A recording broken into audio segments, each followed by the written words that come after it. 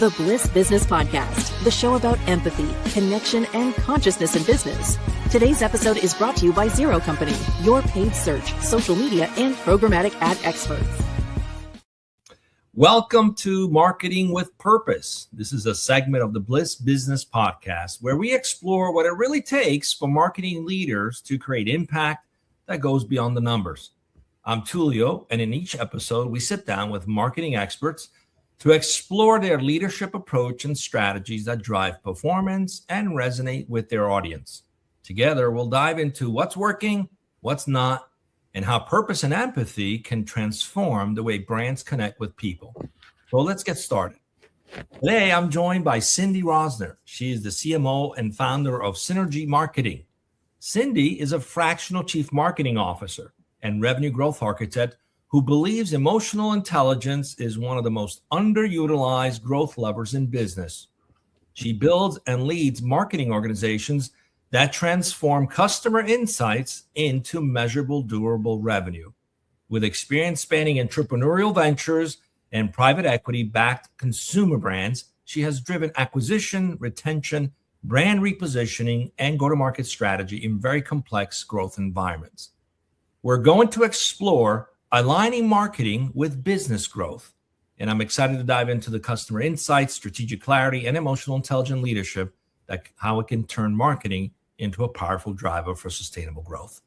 Welcome to the show, Cindi. Very excited to speak with you today. Thanks for having me. Glad to be here. Excellent. Before we dive in, I'd love to hear from you. Why was aligning marketing with business growth the topic you chose to explore with us today? And what makes it so important right now, in your opinion? That's a really interesting question. I think given the tons of changes and the rapid pace of change in today's world, I think we also need a North Star. Everyone's kind of, so much is going on and people jumping from one thing to another, feeling overwhelmed.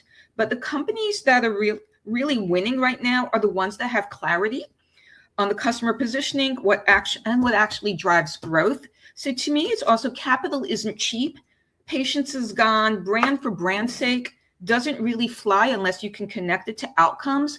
And a lot of that is driven being able to have the business goals so you can actually do the marketing. There's a lot that needs to walk hand in hand. And I think that alignment gives a sense of clarity, gives also everyone on the same page. And from just a humanistic standpoint, will help alleviate at least some of the overwhelm, given everything else that's going on. So to me, it's pretty timely. Excellent. Well, Cindi, that's a really important observation. It is all about performance, and there's a lot of pressure to do so. And in fact, CMOs are often pulled between near-term campaign results and long-term brand building. It's kind of this dance or balance that's often a big challenge. How do you ensure your marketing strategy stays aligned with the company's growth goals? And where do you find the biggest friction points in making that happen? So let me start with the friction points in a sense. And then we can go into kind of the shorter term and the longer term. So to me, the friction is really, there's so much going on. So part of it is the misaligned incentives with different groups. You're being pulled in directions, the CMO versus the CFO versus the CEO, and all of them will kind of drive that marketing campaigns because the CEO may have a vision. The CFO needs to help fund this. And you have to basically, in that sense, it's more of each one has a different perspective. And that ties into the first question of alignment as well. But I think that friction is everybody is incentivized on different outcomes. That's one thing. Also, some of the lack of patience, as well as some of the conviction in terms of, if you're not seeing everything happen right away, a lot of it's testing, and it takes some patience to get it right. Marketing is both a science and an art. So in that respect, it's more so that, it's a classic trap as well from the performance versus the brand. There's also, people see marketing so differently. So in this regard, it's more of trying to bridge that. Basically, if you're just doing performance, you're harvesting demand. You're not creating it where brand is creating that. So I think there's also that bigger picture from the brand perspective where it's like, how are we perceived in people's minds versus the short-term tactics, which is basically a lot of times people may use promotion. So it's kind of that, I'll call it certain things that may be growth on crack, but they can only last so long before the whole system kind of falls apart. So there's so much balance. So I think it's really keep the long term in sight, understand it, go from big picture to smaller and seeing how that measures out, let's say, and revisiting if things aren't working ever so slightly per quarter. But if you're changing strategic initiatives every single quarter and just changing directions, it's not a strategy. So it's more of a reaction. Now, in high stakes situations, like a brand crisis or a market downturn, how do you maintain a sense of purpose and empathy while making quick and strategic decisions? Oh, gosh. I think part of that is when you're in crisis, whether even in business or personal, it's like, take a step back, breathe, slow the room. I think it's really, people want to react. I want to really understand what's going on, what's going behind this, because if you're just reacting, you will make poor decisions. There's a difference between, I guess, pressure and more so chaos and panic. Pressure is when there's a lot going on and you can handle that. So to me, it's a little different. There's pressure versus true panic and other things. So it's really like, what's happening? How do I deal with it? Really, what's happening? What's going on? From the marketing perspective and other things to make those decisions, it's more of what's really going on with the customer. We're here to serve the customer at the end of the day. Business exists to serve a customer, whatever it is, whether it's B2B, B2C. So I think in that, and also what's protecting that long-term trust. So you're asking as well, more so the empathy. Empathy is really about signal detection in a sense. And if you're ignoring that, you're making the bad decisions much faster. With the brand crises, because you mentioned that as well, it's really just don't over-engineer the response. Be human, be clear, be accountable. So it's really breaking things down into pieces. As I said at the beginning, it's slow down, kind of think things through. If you can, sometimes you're not afforded that luxury, but you have to make that. Even if it's for 10 minutes, breathe. I always write personally or professionally, breathe. Kind of deep breath will slow things down. It gives you a chance to think. So that may sound kind of cliche. It's like slow down to speed up. So nice. Now, often, I'm sure as a fractional CMO, sometimes you get brought into either turnaround or startups or companies that want to launch a new market. So when you're launching a new product or entering a new market, what's been your most effective way to align sales, product, and customer success teams? And where does that alignment tend to break down usually?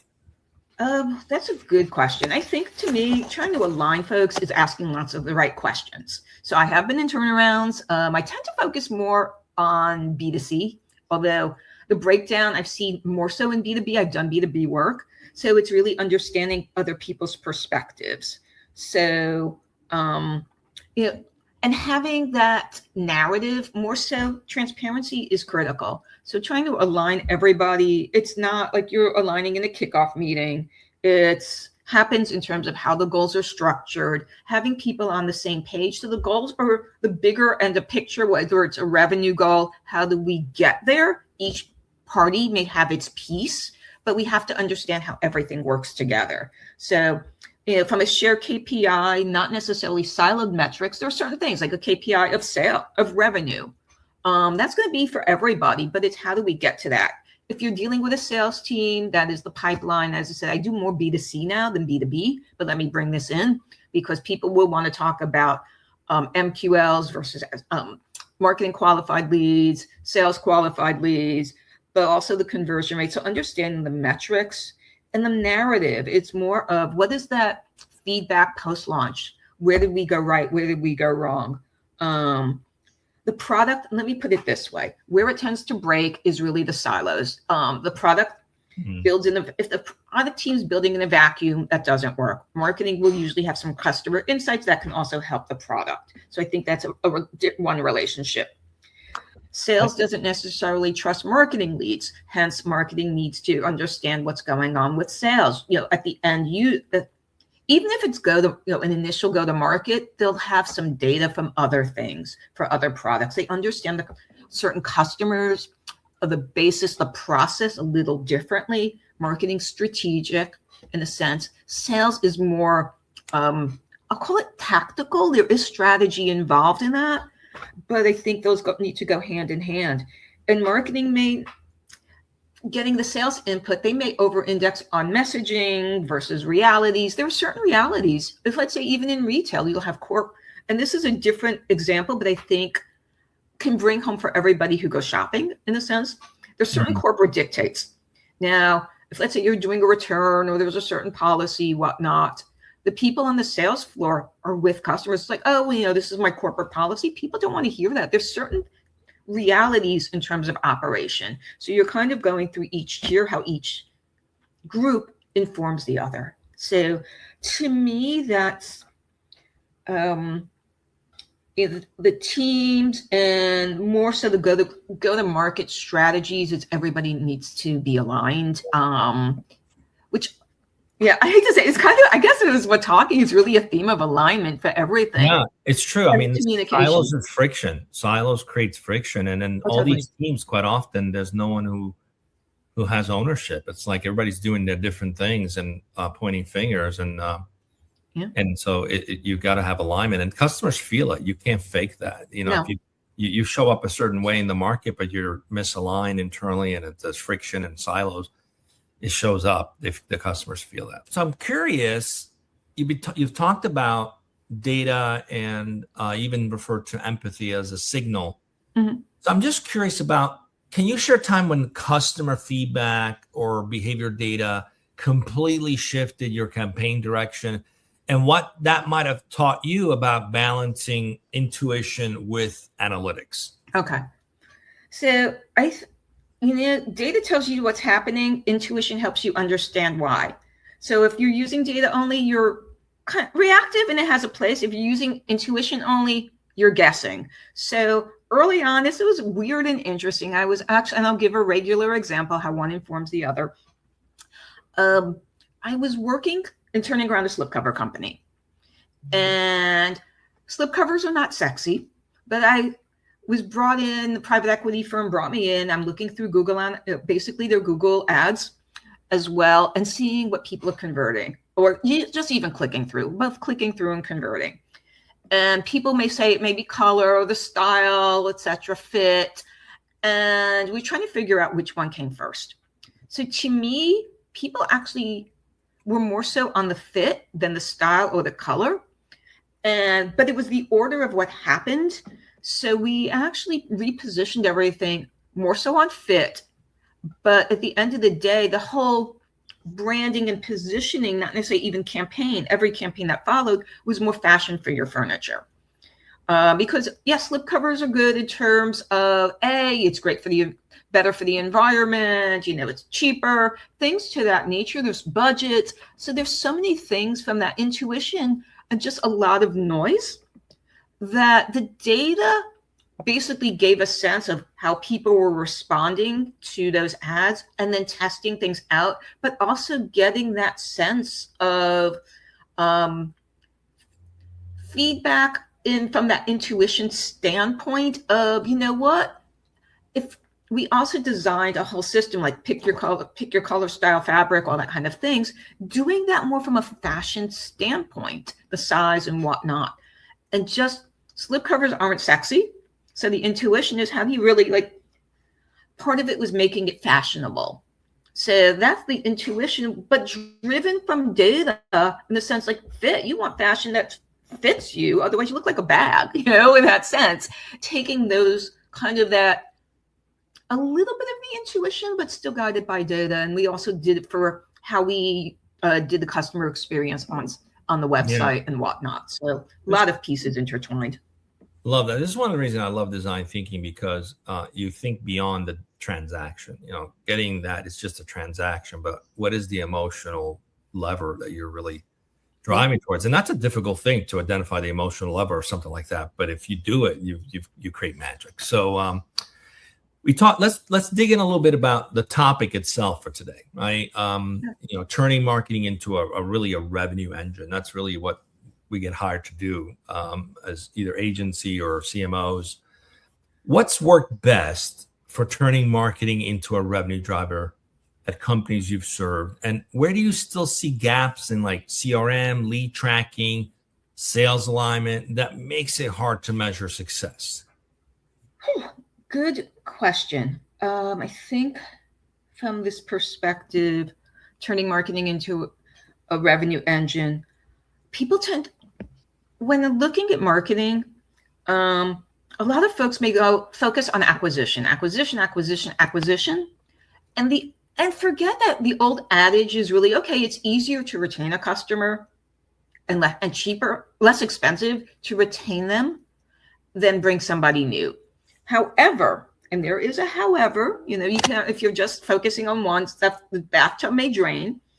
So it's really connecting the marketing activity to the full funnel, not just the top, understanding also what is behind, because we're talking about empathy as well, along the journey from where people may be at. The model is acquisition, conversion, retention, reactivation, and marketing is really becomes more of a growth engine, a revenue engine, when it's accountable to outcome, not just the activity, but empathy in there is understanding what folks may be going through. Why are they even considered in the market, or even considering your brand, your product? What is the problems people may be facing?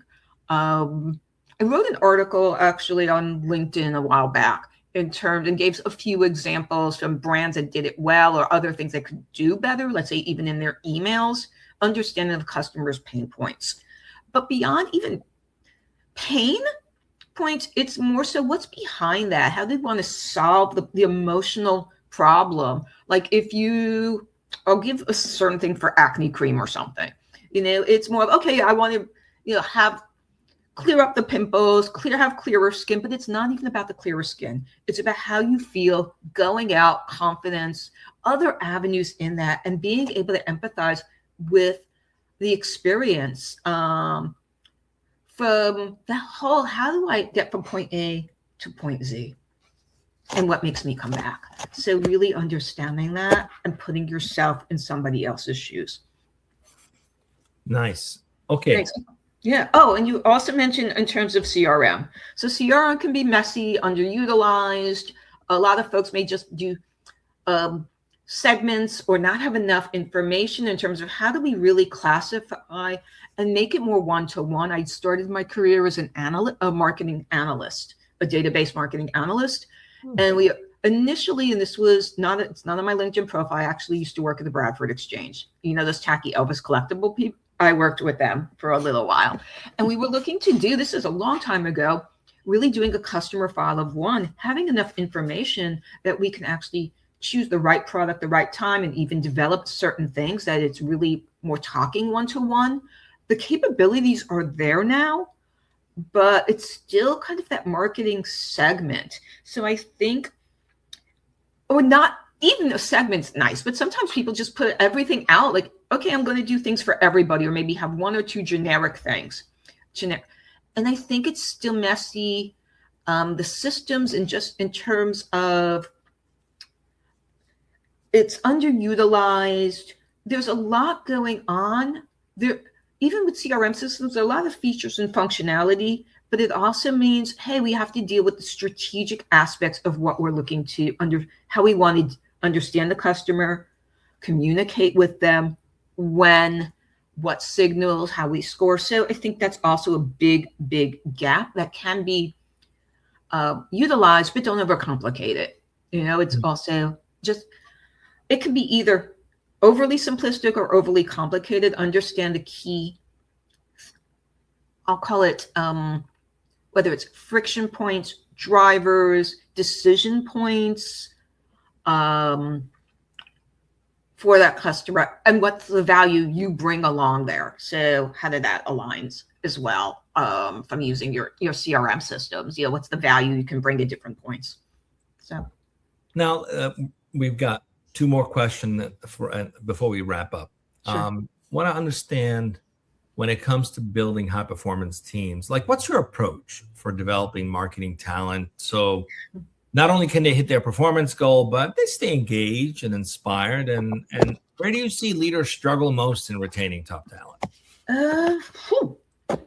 I think leaders may struggle when they're trying to overmanage versus coaching, but it's also giving your team. I try to have that servant leader approach, but also give folks the bigger picture. And you're not giving, it breaks down when you're not giving folks context. They kind of operate in their own little bubble, and people want to understand how their role or what they're doing fits into the bigger picture. At least I hope so. For the most, I'd say about 90% of the time. There are other folks who just want to be in their little bubble and don't want to see how things work. But it's also, they're struggling for, sometimes you hire for pedigree versus your capabilities, curiosity, other ways of thinking. For me, it's more of, my style is really teaching people how to think strategically. That helps them grow, but also understand their own strengths. So my approach has really been, let people do what they do best, give them the context, give them the bigger picture, give them room to do their best work so that they understand the whys and have room to execute. It's more of,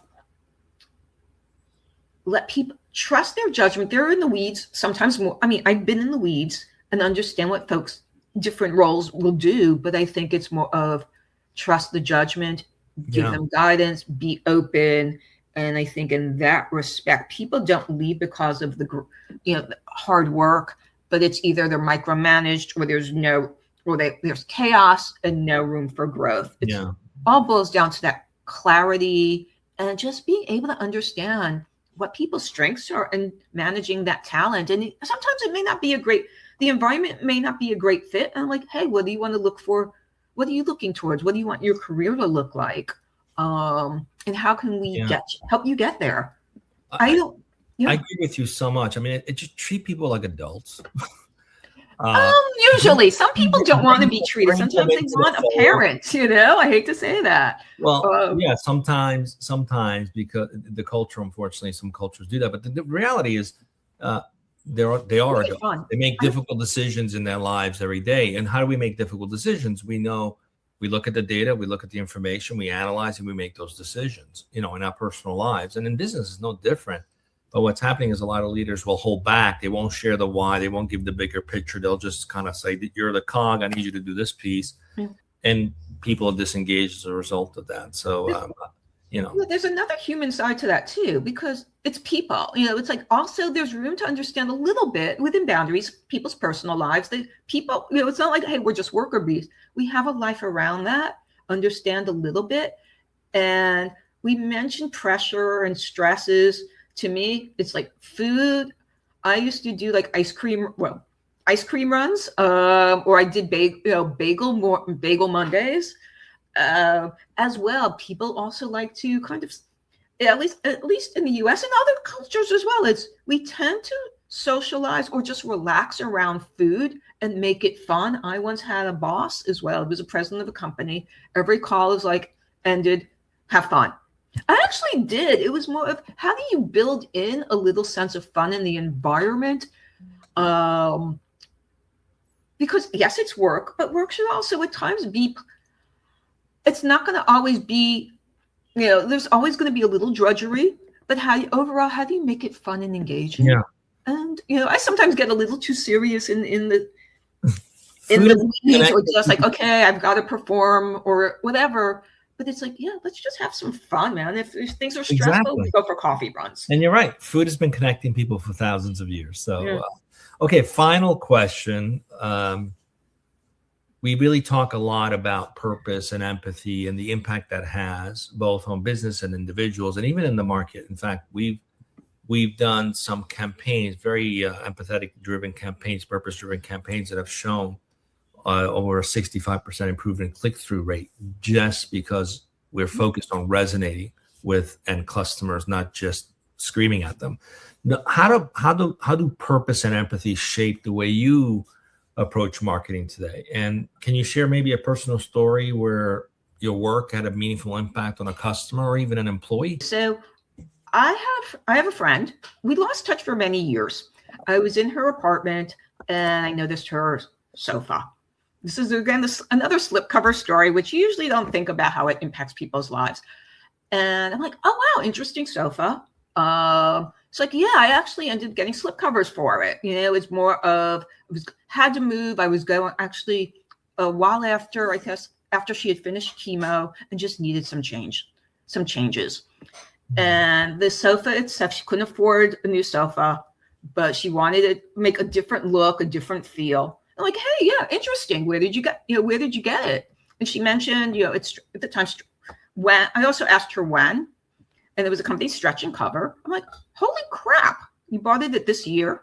That the year that when she mentioned, it's like, and also, how did you come across them? She's like, oh yeah, I saw this online and such. I'm like, I'm behind that campaign.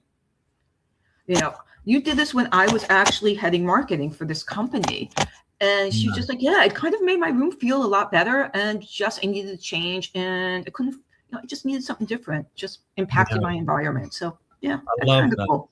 I love that. At the end of the day, it's about creating connection, that's actually a slogan, forging brand people connection here at Zero Company, because if you can't create that connection, you're just speaking into the void. Cindi, it's been great to have you. Thank you for joining us on the Marketing with Purpose series podcast. It's been great to have you as a guest. Thank you so much for having me. I hope today's conversation sparked new ideas for you on how you can align strategy, execution, and purpose in your own work. If you found value in this discussion, please like, subscribe, and share it to keep the conversation going. And remember, great marketing doesn't just sell, it serves. See you next time.